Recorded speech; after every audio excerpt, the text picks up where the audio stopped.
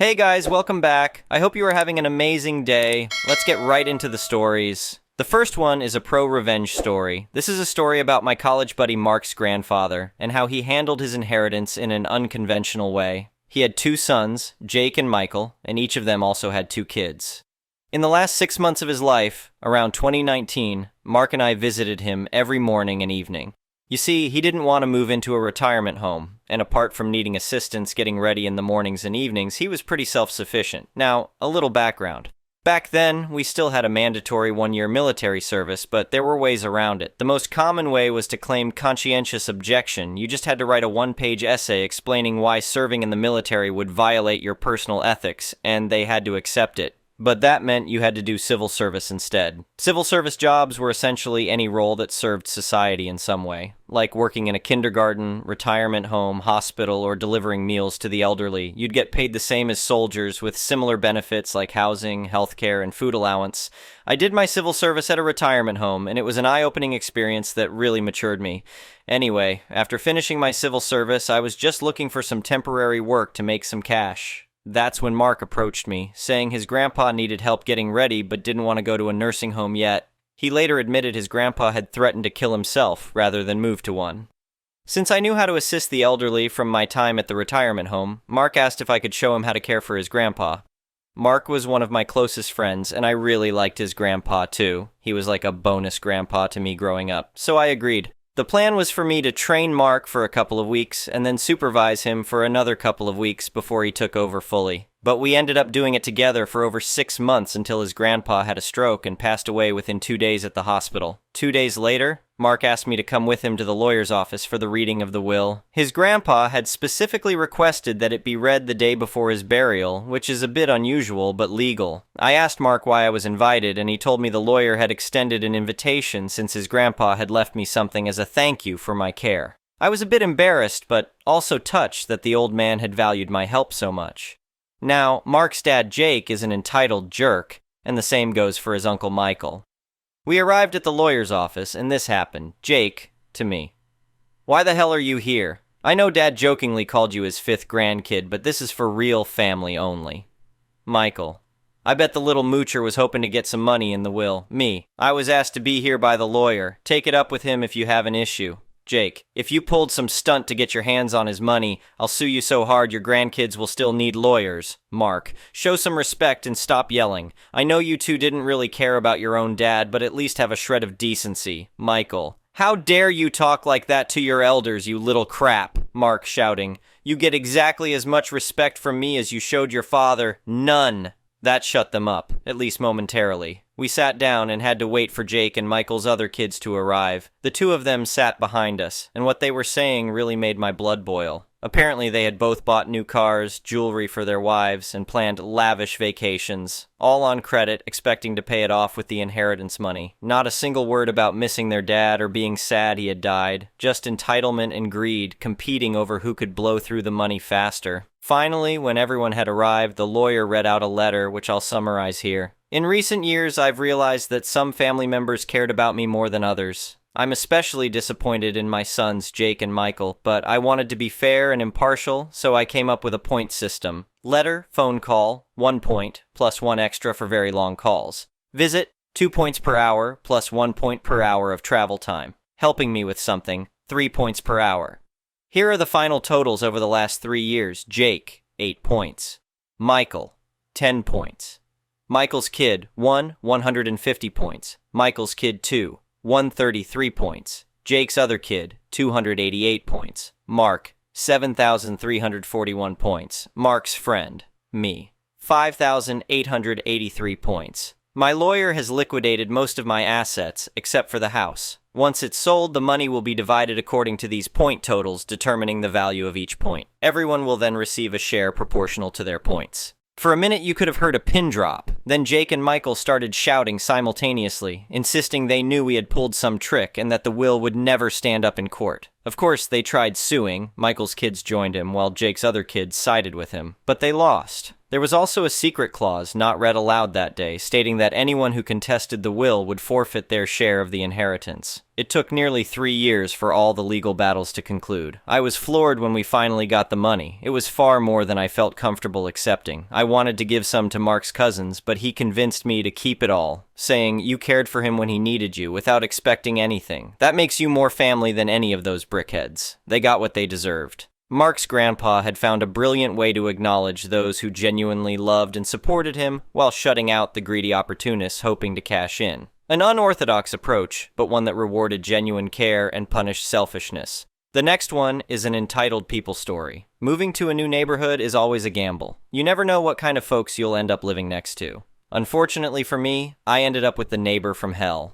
A smug, entitled Karen who made it her mission to make my life miserable. The problem started right after I moved in. Karen came knocking on my door, all prim and proper with her pantsuit and severe blonde bob. She introduced herself as the president of the Homeowners Association and proceeded to patronize me about the Homeowner Association rules. Don't hang your laundry outside, don't let your grass grow more than 2 inches, blah blah blah. Honestly, I kinda zoned out after the first minute. I wasn't exactly thrilled to have this uppity lady lecturing me on things I could and couldn't do with my own property. I politely nodded along, waiting for her spiel to end. Once she finally stopped talking, I told her as nicely as I could that I hadn't actually joined the Homeowner Association, so her rules didn't apply to me. Well, you'd think I just insulted her mother with the way she reacted. Her mouth practically hit the floor before she composed herself and stormed off in a huff. I figured that would be the end of it, but oh no, I had only seen the beginning of Hurricane Karen. Over the next few weeks, she became obsessed with getting me to comply with her stupid rules. She would measure my grass with a ruler and leave angry notes if it grew over 2 inches. She reported me to the city because my mailbox was the wrong color. I started getting daily fines from the Homeowner Association for the most minor infractions. Karen was clearly on a mission to harass me into obeying her every command. But little did she know, I wasn't just a mild-mannered neighbor who would cave to her demands. I actually happened to be a real estate attorney who worked in property law. I knew my rights inside and out when it came to homeowners associations, and I wasn't about to let Karen's power trip intimidate me. After her little stunt with the fines, I decided it was time to put Karen in her place. I sent a strongly worded letter to the Homeowner Association Board, citing all the legal reasons why the fines were invalid and I owed them nothing. I made it crystal clear I was not an Homeowner Association member, and they had no jurisdiction over my property. Well, Karen did not take kindly to that at all. A few days later, I came home to find stakes and string all over my front lawn. That crazy lady had sent out a surveyor to try and claim that parts of my yard were common areas belonging to the Homeowner Association. I couldn't believe she was actually trying to steal sections of my property now. This meant war.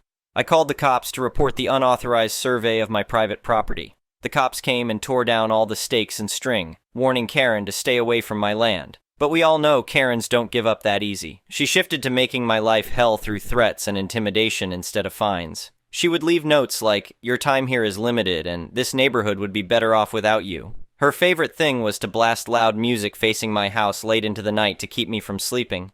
Finally, I'd had enough. It was time to teach Karen a lesson and get her off my back once and for all. I decided to hit her where it hurt, her wallet. I drew up a legal complaint suing Karen and the Homeowner Association for harassment, improper fines, and attempting to unlawfully seize my property. When Karen got served with the lawsuit, I thought she was going to have a meltdown right on my front lawn. Her face turned beet red and her mouth hung open. For once, she seemed at a loss for words. At the court hearing, she tried every trick in the book to wriggle out of the accusations, but I came prepared. I presented my evidence: the photographs, fines, threatening notes, and testimony about the sleep deprivation from her loud music. Meanwhile, Karen had nothing but her word against mine. Needless to say, the judge ruled fully in my favor. I was awarded a large settlement, and the Homeowner Association was barred from taking any action against my property going forward. As for Karen, she got a permanent restraining order to stay far away from me. The shocked look on Karen's face when the verdict was announced was priceless. She never expected me to fight back and win. But she learned the hard way that she's not the only one who can play dirty. After months of her nonsense, it felt amazing to finally put Smug Karen in her place. She poked the bear one too many times and now she's paying the price. Justice was served, and the neighborhood has been blissfully peaceful ever since. Turns out those legal skills came in handy after all. The moral of the story, don't mess with an undercover lawyer unless you want to get schooled in court. The next one is a petty revenge story. This isn't my petty revenge, but I was witness to it. As you all know, a lot of 2020 graduates got screwed over when it came to, graduating. To lift our spirits, Krispy Kreme decided that on National Donut Day, every 2020 graduate who could prove they were a graduate with a cap and gown, grad merch, a diploma, ECT would get a free dozen donuts. There is one Krispy Kreme in my town. Additionally, you should not underestimate the will of teenagers, young adults, and their desperation for free donuts because, my God, there were cars in droves wrapping around the Krispy Kreme and into the road for free donuts. Now, I need to describe the Krispy Kreme in order for this to make sense. They're a tiny building and there's two entrances, one closer to the drive-thru, one to the parking lot. Due to the overwhelming amount of customers, people were entering and getting in line through the parking lot entrance and wrapping around in a zigzaggy-like line around the parked cars. My sister and I were waiting like good noodles, but as we inched closer to the front, this Karen-esque obese woman in a muted orange Jeep rolled up beside us through the drive-thru entrance. We laughed. No way was anyone gonna let her in, because like I said, young broke adults and free donuts. Plus, some of us have been waiting there for over an hour, so if Karen here thought us ravenous children were gonna just let her scooch on in, she was sorely mistaken. Well, Karen didn't stop trying to merge in. And what you've yet to know, readers, is that my sister takes no bullcrap from the people who think they can just ram little cars over and get their way. So she floored it and got on the ass of the car in front of us, glaring at Karen. Karen is screaming at us, blowing on her horn and inching closer and closer. Insert WTF look. Suddenly, Karen floored it and screeched towards the passenger door where I was sitting, slamming on the brake just as her car was about to hit us. Both of us, and probably a lot of other people, screamed, "What the duck?" But she continued to lay on her horn, claiming we cut her off. I decided we should not engage in crazy, and ignored her. My sister, however, is not like me. She was boiling that this woman almost hit us. Karen had merged in behind us because I guess the car behind us didn't want to be almost hit like we were, and Karen refused to back up, so she rolled down the windows. I'm like, "B, don't do anything stupid, she'll rear-end us." And B said, "Let her, she can pay for it then."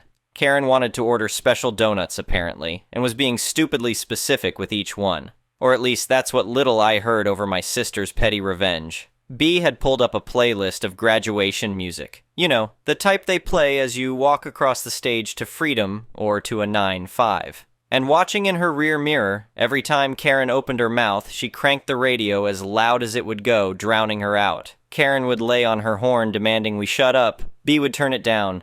Karen would start to order again. B would turn it back up. I was laughing hysterically for the few minutes it lasted, and B was grinning until I said, "Listen, B, the people behind us want their donuts."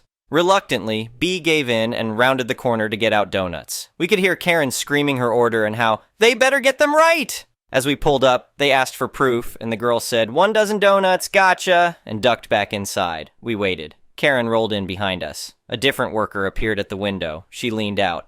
"Did you get helped?" she had asked. "Yeah," I answered. "We did. We're just waiting." The worker glanced out of the corner of her eye at the orange Jeep. She looked at us, then back at Karen. Karen blew on her horn again, likely demanding we hurry up. It was like a light bulb flashed, and a grin spread across her face. "Here you are," she exclaimed, passing 2 boxes of donuts through the window. "Enjoy and congratulations!" My sister and I were too stunned to say anything, assuming she saw the two of us and presumed we were both grads. So we took our donuts and left, laughing at our good fortune. Wanting to eat a donut, I popped open the top box and gasped. A special 12 dozen donuts. I was staring at it, then glanced at B. These were specifically ordered, not an assorted dozen, nor were they the special 2020 box that we received as me being a grad. On top of the box was written, "Special order." "B," I said, a quivering laugh escaping my lips. We stole Karen's donuts. The next one is a malicious compliance story. At my previous job, I worked as a peer trainer. Essentially, I was required to do my assigned job to its full capacity while also teaching everything to the newbies straight off the street. Not only did I agree to do this, I had volunteered for it, so this isn't a story about overwork. I worked in a large room where there were 5 stations of machines all lined up in a row from one wall to the other. All stations do the exact same thing, just with their own bugs and hiccups. One wall wasn't even a wall, but a giant window that looked into the break room. I have major anxiety about being snuck up on or watched without my knowing, enough to cause sudden anxiety attacks that can last for hours or until I can remove myself from the room building and sleep it off. I hate it. It's super inconvenient. Thankfully, this isn't an issue for the most part, because since I know the triggers, I can avoid them or set up precautions, like sitting with my back to a wall, and my co-workers are usually understanding and don't sneak up on me. This window also proves to be a distraction for the trainees, because they will try to look for and interact with their friends who are in the break room. I get that the job I was training them for was boring as heck, 12 hours long and on the night shift, but we were working on large machines that needed to be watched at all times in case they jammed or broke, which was often. Thankfully, my station was the third one away from the window, so I could easily keep everything maintained. The problem was, as it always seems to be in these stories, when a new supervisor moved to our area of the building. He was put in charge of Station 1 and Station 2. I'm assigned to Station 3. And technically speaking, Station 1 was supposed to be the training station. I had previously made a verbal agreement with his predecessor and the training team that I could stay on #3 because of the previous points. Without asking or even giving me a heads up, I came back to work from a vacation day to find that I had already been reassigned to Section 1, despite the protests of my coworkers in my absence.